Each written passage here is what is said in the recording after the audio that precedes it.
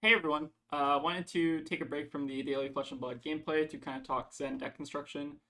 It's one of the questions I get asked most is like why I make certain choices, what are my sideboard kind of considerations, and also why I like certain cards over other cards. So I wanted to kind of address all of those in a singular video. If you like this longer form content, feel free to let me know. I'm probably going to do some like matchup specific guides and kind of do some more videos kind of like this. But before we get into it, first I wanted to address that I found the blurriest picture of Zen just because I thought it was funny. And we'll go into why you should listen to me. So, reason number one, I want a singular PQ plus pre bonds ban, so you know that I'm extra washed because of this. Uh, I beat some pretty notable players. Maja Bay, Brody Spurlock. Oh, sorry, I didn't beat Brody Spurlock. He got me really good in the final round of Swiss.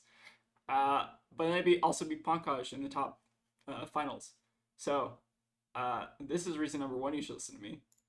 Reason number two, I also play a shitload of games on Teleshare. Uh, when I get bored, I basically just like kind of dirtle on my laptop and jam games while I'm watching a movie or something. So I collect a lot of data like this. Again, some of these stats are a little bit skewed. I played so you'll notice I think I played like 30 games of Decano. I think 10 or 12 of those were just PT Amsterdam practice for the channel, and my partner Tegan was playing like a suboptimal list of Kano. So I think 10 of those games are like flukes or just like I don't know. I don't count like 10 of them, but overall win rate still pretty high. Uh, and I try to generally pair into people who are not playing like the Bolton or KO Armory deck on Talishar, just because I feel bad. Uh, Also, check out this sick kill I got on Monday of Armory. We got two Art of Wars, two Ancestral Harmonies, one of the which hit a Swamp, but we take that. We also hit a Aspect to Tiger Body. Uh, and then we just got like a 52 damage turn. So that's pretty fucking sick. Uh, and could a bad player have done that? I don't know. But I did it. I was also the first person to discover Swan BM Tech, uh, which is Bad Beats Crouching Tiger. Wouldn't recommend doing this at the Armory level, but it's pretty funny on Talishar. Also, we have a person in the Discord, Chris, who top 8 with my most recent list, so shout out to Chris. I think he's making his own separate video or something. But maybe goes to show that I'm not just completely talking out of my ass. Also, after the PQ Plus, Pankaj said that my strategy new was one of the best he's ever seen. So maybe I'm onto something here. These are all potentially reasons you should listen to me.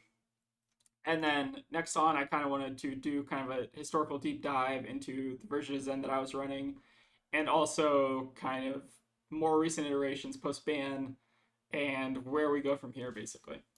So pre-ban Zen, uh, beautiful, beautiful deck. I love this deck. Also, complete bullshit. Like, I don't understand who on the dev team thought that bonds getting bonds was an acceptable thing, but they let that through somehow.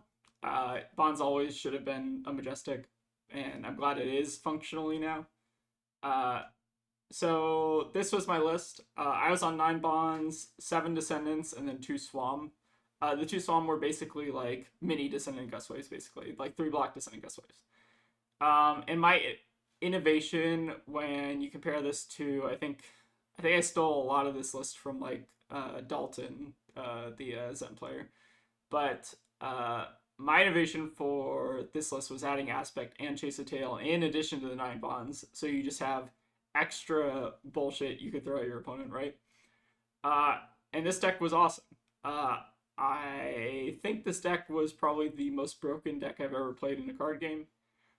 Super fun deck, but alas, people at LSS wanted to ruin our fun. So that was the version that I won the PQ Plus on, and now I kind of wanted to talk about kind of my post ban list. So post ban Zen, a lot of these slots basically changed. So we no longer have access to yellow bonds. We no longer have access to blue bonds. Although some decks weren't even on yellow bonds or yellow descendant beforehand. Some were just on 6 bonds, which is again a lot of bonds. I was also on Censor, and I think Censor's gotten marginally worse just because it mostly hits like the Descendant Bonds line. It was also kind of good into like new just to like prevent you from being codex or whatever. I think Censor's still like okay. It's just gotten a lot less good. Like it's still pretty good, honestly. But I don't think it's as needed when people are just running like 9 bonds and doing like stupid stuff like this. So this is kind of like the current iteration of the deck list. And if you look at kind of like the replacement slots, I think I went up on a Tiger Swipe, and then E-Strikes I wasn't running in the 9 bonds list. I also wasn't running Blue Harmony Hunt. I think these were kind of the replacement for Blue Bonds. And then 3 Swam, and then 2 Fluster. And I've been running this list for about 200 games, and I've got a lot of good kind of deck construction ideas just running this list. I think the sideboard for this list is almost perfect. It's the 60 cards that I am more so like questioning. I don't think the sideboard actually gets better than this. I at least in the way I play the deck, there are definitely like meta considerations. Maybe certain cards don't matter as much into other decks. Blah blah blah. But I'm very happy with this kind of sideboard suite. And I wanted to briefly kind of address the matchups that I think are going to be kind of the hardest for Zen to face, especially in like PT Amsterdam post ban. So, New and Victor, I think, are now roughly 50-50, although I still hesitate to call them sub 50 matchups. I think they are above like 50%, especially if you have the correct board for them. New, I really like Sync Blow into New. And I think it improves the win rate dramatically just because of how good Sync Below is into her. And we'll talk a little bit more about that later. More scary matchups, I think, are Prism, Kano, and Dio. These are, I consider to be the die roll dependent matchups. You can also consider Zen to be arguably a die roll dependent matchup, but the Zen mirror is almost entirely determined by like draw at this point. Although there are like some micro decisions that can help you in like eking out victories where you maybe shouldn't have won. And then Bolton. Bolton, I'm putting here, he hasn't put up a lot of great results into other things, but I think that Bolton pilots who like basically wait for triple Lumina and don't attack you, or wait for double Lumina even, and don't attack into your traverse or strides, and then they just build up a bunch of soul without ever actually attacking you because of their new equipment. That strategy is kind of terrifying. There are things you can kind of do against it, like you can make his end state defensively or whatever, but not super confident into that matchup. So these are, at least in my mind, these are kind of the 7 decks that I think are the scariest for Zen. I think Zen, rolls over a lot of other kind of, not these decks basically. Like I think the win rate is like above 70 or 80% for most of the things that I'm not mentioning here. So that kind of brings us to the question of like who we should be targeting to kind of maximize our sideboard, or to maximize our percentage with our sideboard. And the answer that I've landed on is mainly New, Victor, and Kano, and then also Zen. I don't know why I didn't put it here, but Zen as well. So 4 decks really, or 4 heroes that we really want to maximize our percentage in. And that kind of will lead me into some of the deck constraints that I operate under when I'm trying to build a Zen deck. And we'll first kind of start off with the uncuttable core. I think there are 48 cards here. These are the uncuttable core of Zen. So we'll kind of briefly go over a little bit in depth. First, we have the Chase Aspect line, which was maybe questionable pre-Bond span, but is almost an auto-include now just because these are your premium combo cards. Chase Aspect represents like, what is it? It's 10 damage unbuffed, and then you can also do a lot of stuff with the extra mana. So very good line. Bonds of Ancestry, Descending Gust Wave, Blue Descending Gust Wave, these are all uncuttable, in my opinion. You need redundant Descending Gust Waves just to enable your bonds turns, because you ideally want to try to double bonds on the Art of War turn if you are able to. Next, we have CNC, which is just, disruptive mainstay of the format. And then we also have just generically good kind of go again combo cards with 100 Winds and Spinning Wheel Kick. Tiger Swipe almost always also has go again, so it's basically kind of similar to these two, but it is a little bit more conditional, but generally it's not as conditional. Art of War is the most broken card in the deck. No need to talk about that. And then we need to run all 9 Transcend cards, because if we're not running all 9 Transcend cards, we are basically losing percentage points on when we're transcending. So if you transcend late in Zen Mirror, you can lose the game just based on that. Like if you never see a transcend card, so it is almost a deck building cost to run all 9 of these. And then we have Ancestral Harmony, which I think is a very good card, but has gotten a lot weaker post Bonds ban. 100 Winds, Blue 100 Winds, just for kind of redundant copies, also is good as a transcend starter. And then we have Levels, which is like one of the most broken cards ever printed. This is one of the dumbest cards. Just like 1 mana 3 go again, or 1 mana 3 draw a card, or all the modes on the Art of War turn. It's just the most disgusting card I think I've ever seen. So these I think are the uncuttable cards, and I think that the community kind of largely agrees on this. Now I kind of wanted to go into some kind of personal opinions. I also found the blurriest copy of Key Unleashed, apparently. Combo Chain Enders, I think, are dog shit. Maul and Key Unleashed. So Key Unleashed to like a lesser extent, but Flusterfist and Maul and Key, I think, are quite terrible. And here's the reason why I'm going to say that. So in the Zen Mirror, one of the primary skill check things is, when do you block with Traverse Strides? Because if you block too early in the chain, they can hit you with Disruption later in the chain, right? But if you block too late, or if you don't block late enough, if you don't block early enough in the chain, they can threaten to just pass turn, and then you never get Traverse Strides value if you're trying to pop off. So now, if you look at Flusterfist and you look at Maul and Key, what do these cards do? These cards basically say, this is what I'm going to use to end the chain.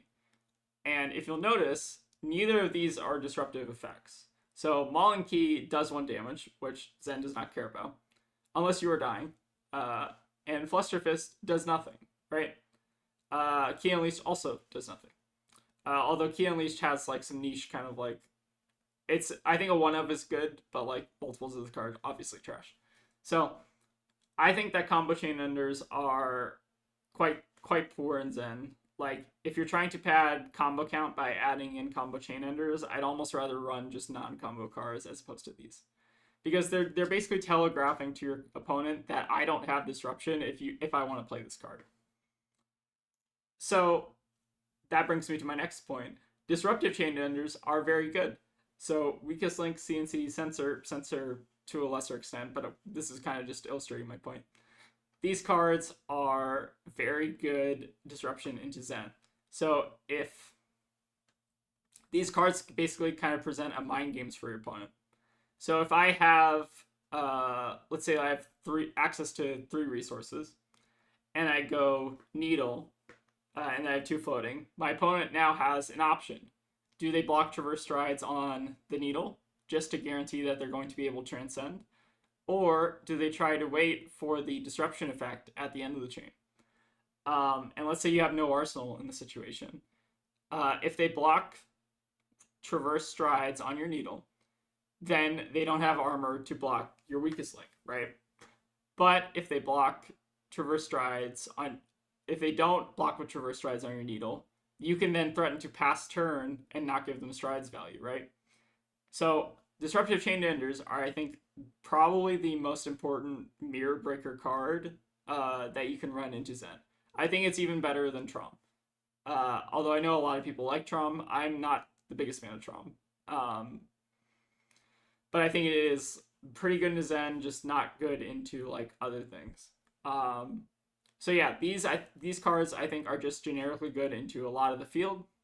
So Weakest Link is very good into like Prism, New, Zen, KO, Dio, just generically good cards. CNC is good into everyone. So you just run this in all your decks. Also, these cards just block 3. So fantastic. Now we're going to move on to kind of the next deck building constraint, which I think is that Harmony doesn't always have to hit to be good. And we're going to go back to the slide I had about combo chain enders. I think that if you're trying to add a bunch of combo chain enders to your deck in order to try to hit off Harmony, I don't think that is worth it, basically.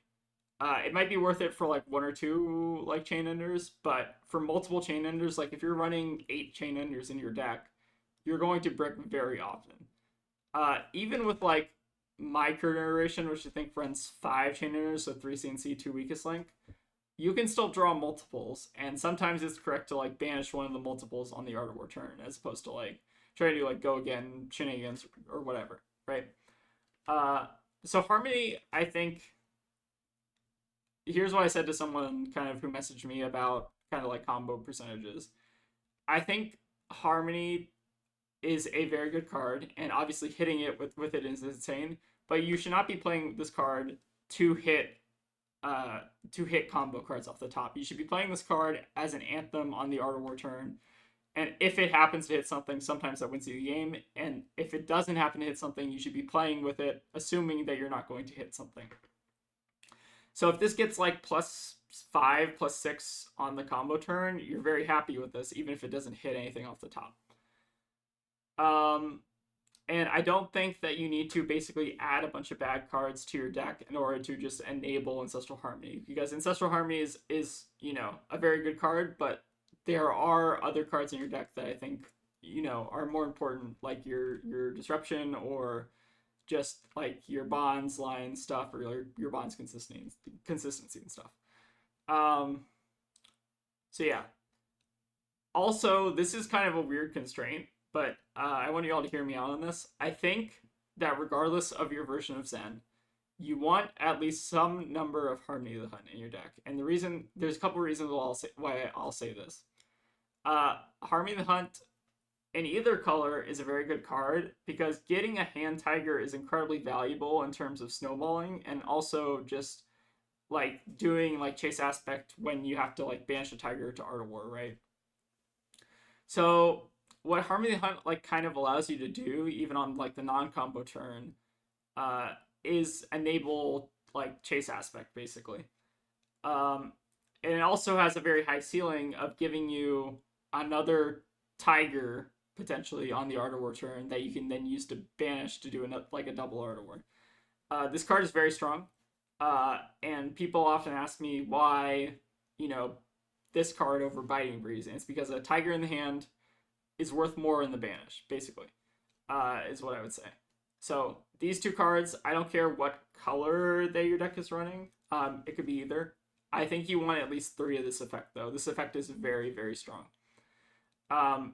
Blue Harmony of the Hunt obviously has the added benefit of being, you know, a Transcend starter, whereas Red Harmony of the Hunt is just, you know, a bigger card. I can't really decide between the 2 of these, if I'm being honest. They're both very, very strong cards. So to summarize all these deck building constraints, 48 of the cards are already decided, right?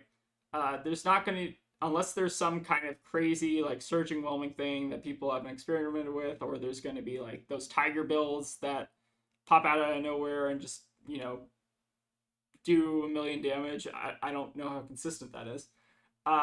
This is basically the core 48 that I think are uncuttable. And I think that the blue range for this deck needs to sit anywhere from 26 to 30 blues. This is talking about main deck, not necessarily sideboard. So if you have like Warmongers, I'm not counting that. This is what I think you need for getting Transcend consistency, and also just like resource consistency on your Art of War turns, on, you know, just your turn-to-turn basis. I think this is kind of the range that I've seen over all the lists that I've kind of reviewed over the past, you know, couple months playing Zen. I think the combo count should roughly be in the 28 to 36 range. But I think once you start getting in the 36 range, you're like gimping yourself a little bit with bad combo cards. So like Mauling Keys, Fluster Fists, like that kind of stuff. And I think combo count is relatively important for random hits and just tutoring off Zen and getting bonds.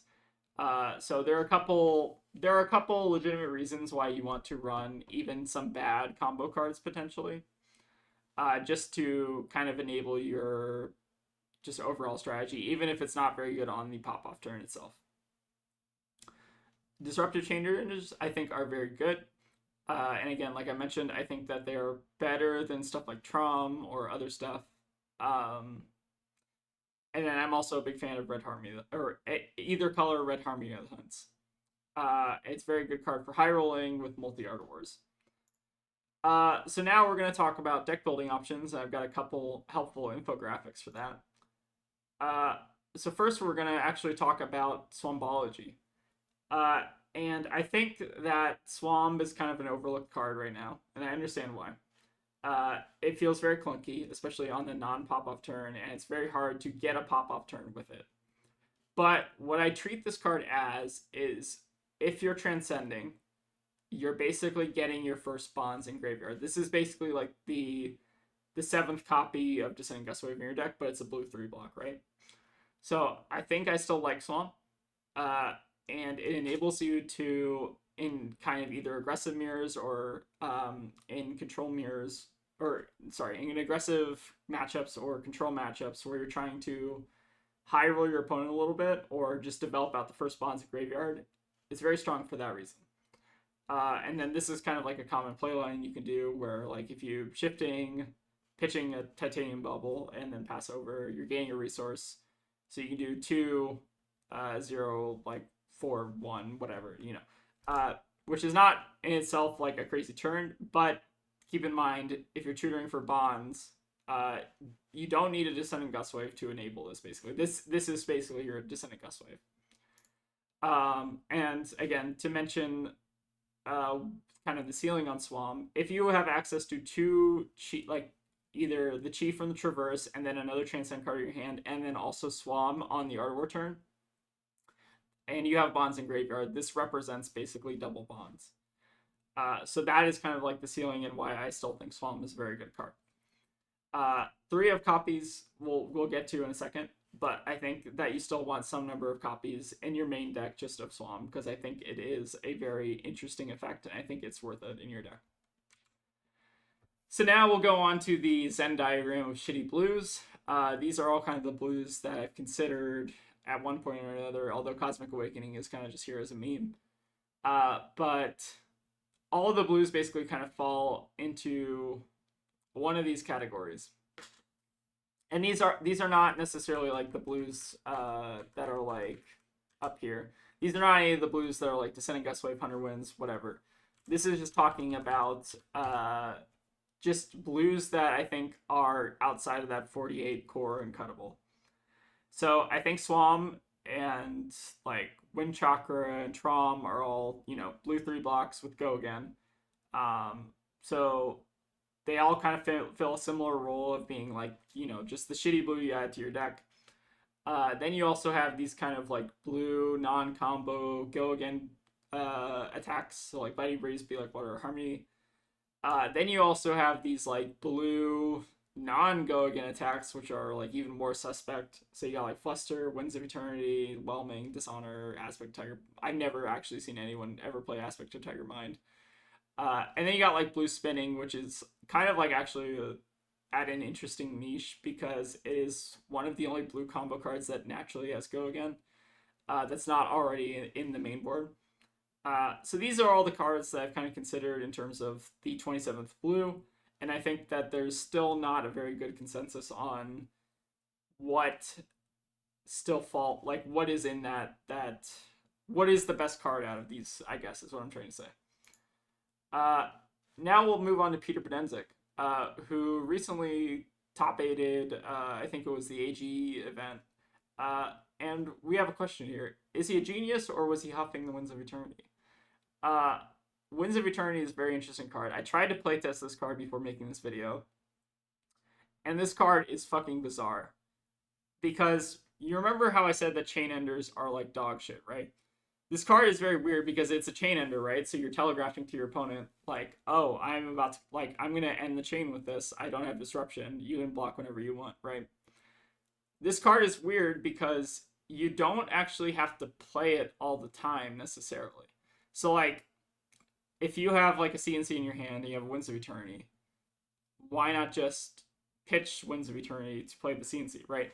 Like, you don't always have to play this card as, like, a go against source. So potentially, what I'm thinking is maybe it's just the red combo chain enders that are shit, and maybe Winds of Eternity is actually somewhat reasonable. I still need to do a lot of playtesting on Winds of Eternity. Again, I think this card is very interesting, especially if you like have a hand where you don't draw a disruption or like a disruptive effect, and you just need to play something out, or you're not worried about your opponent popping traverse strides or something like that. So this card does have a lot of merits. Notably, it's also very bad at starting the Transcend.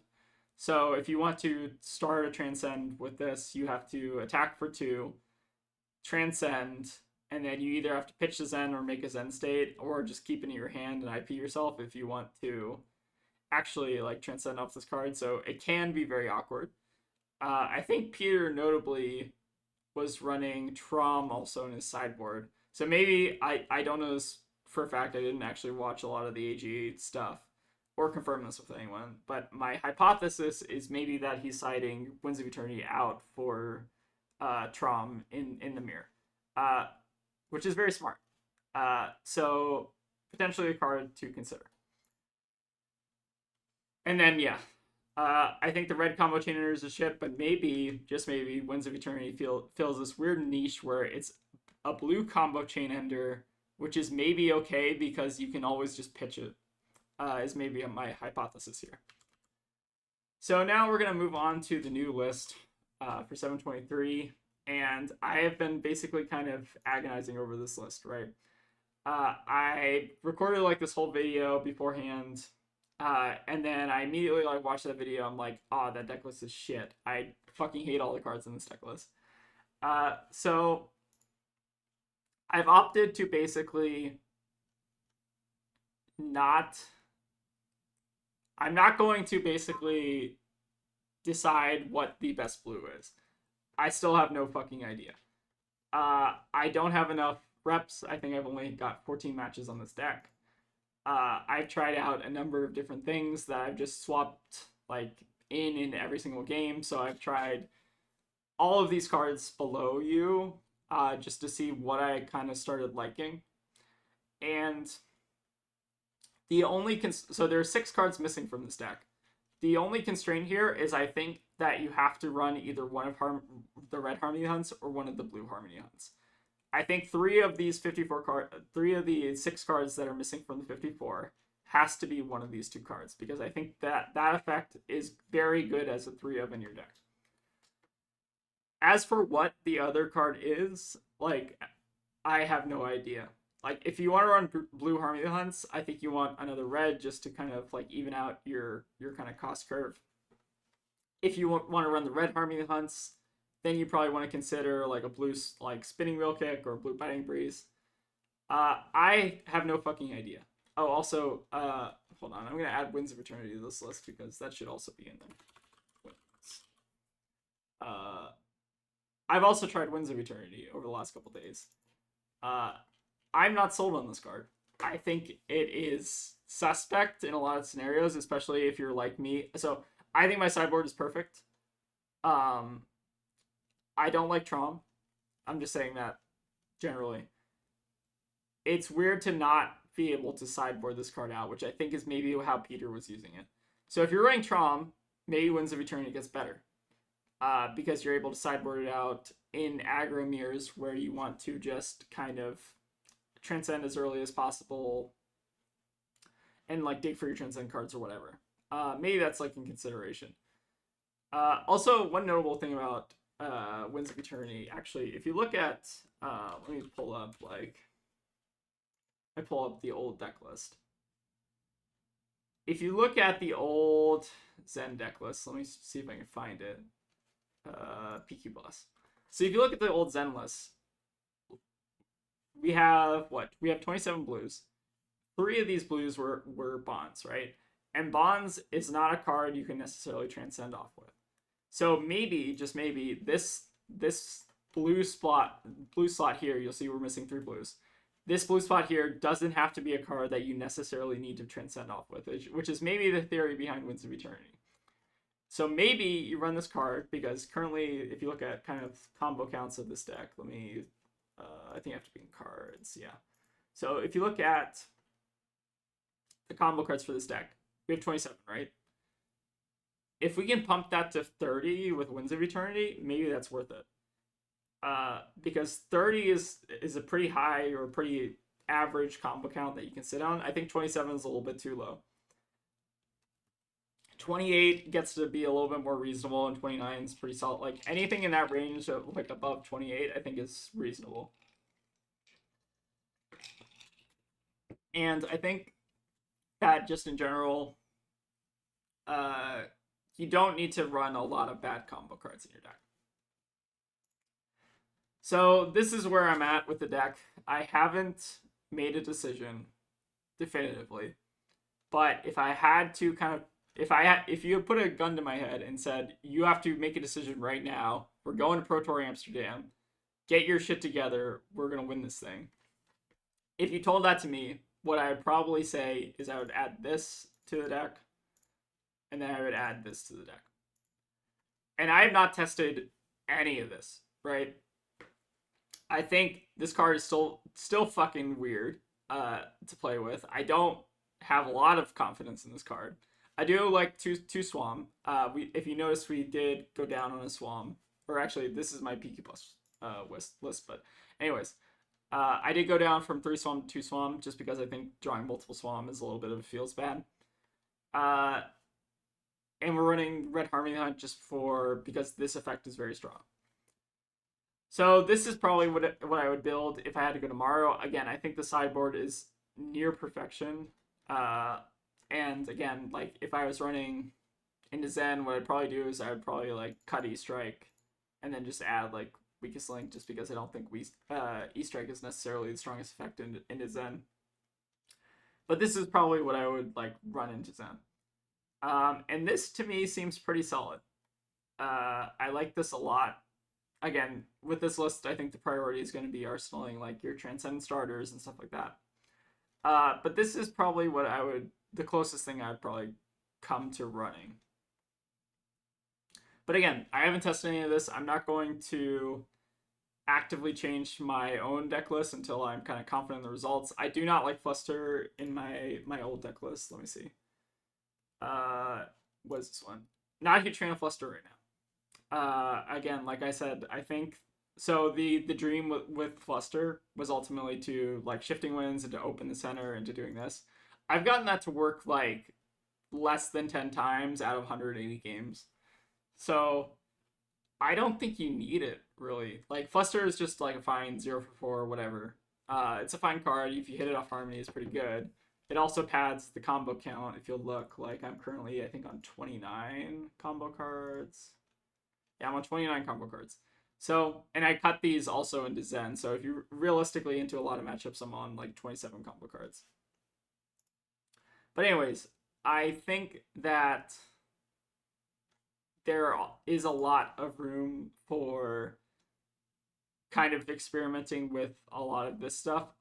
Red Bearing Thorns is also a card I kind of didn't mention, but I think it's just generically a 1 for 5 is very strong, and then if you pump a CNC with it, it is also a very strong effect. Also has Natural Go again, but again, doesn't synergize with any of the combo stuff.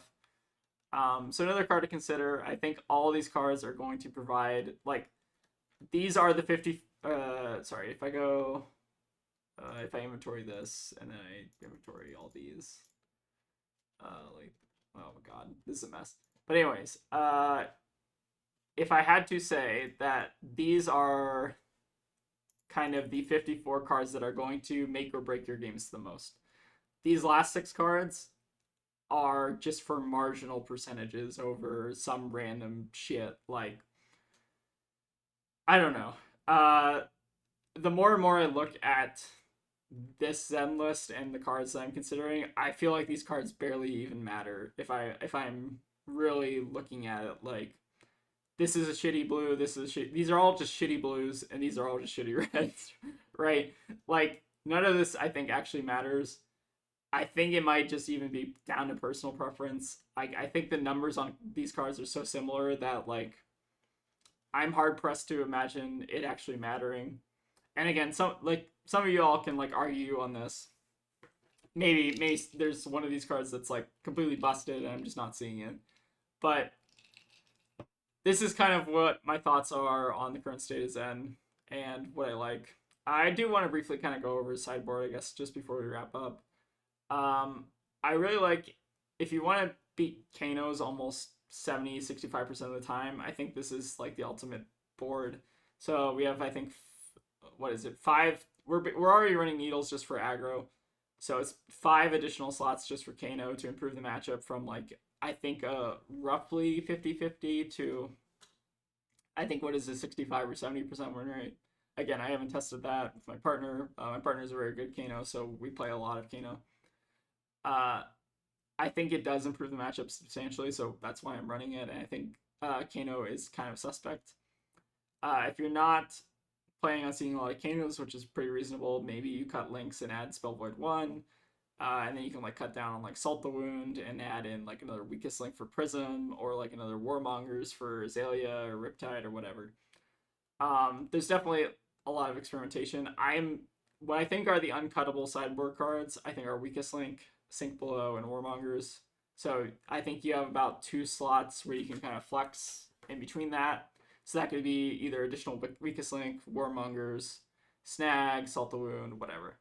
But again, I've been liking this configuration a lot. I think Sink Belows are incredibly important into new, and it's part of, I think, what helped me beat Pankaj in the finals of the PQ+. So I'm still a Sink Below believer. And yeah, this is kind of going to wrap up my thoughts on the deck. Again, if you like longer form content like this, feel free to let me know in the comments. And again, if you think I'm full of shit and like this is not helpful, please let me know. Because I also think I'm kind of full of shit with some of these kind of hot takes, I guess. But anyways, I hope you all enjoyed this video. I'm going to publish this pretty soon. Again, this is like my 10th time recording it, so I'm fucking burnt out as fuck from recording this video over and over again. Yeah, so hope you all enjoy, and I'll see you all next time with some more daily Flesh and Blood gameplay.